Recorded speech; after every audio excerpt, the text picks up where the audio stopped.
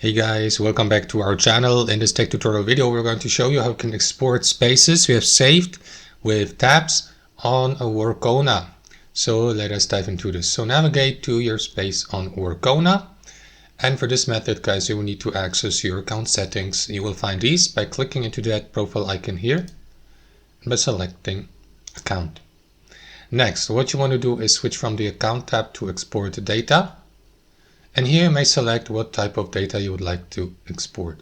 So if you click, for example, to export data here, you will be redirected to that window here. So you can select an output file format like text or JSON.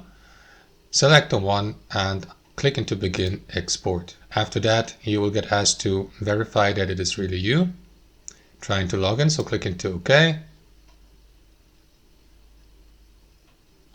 And that's it. After that, your request will be processed. Your spaces will be exported, as you can see.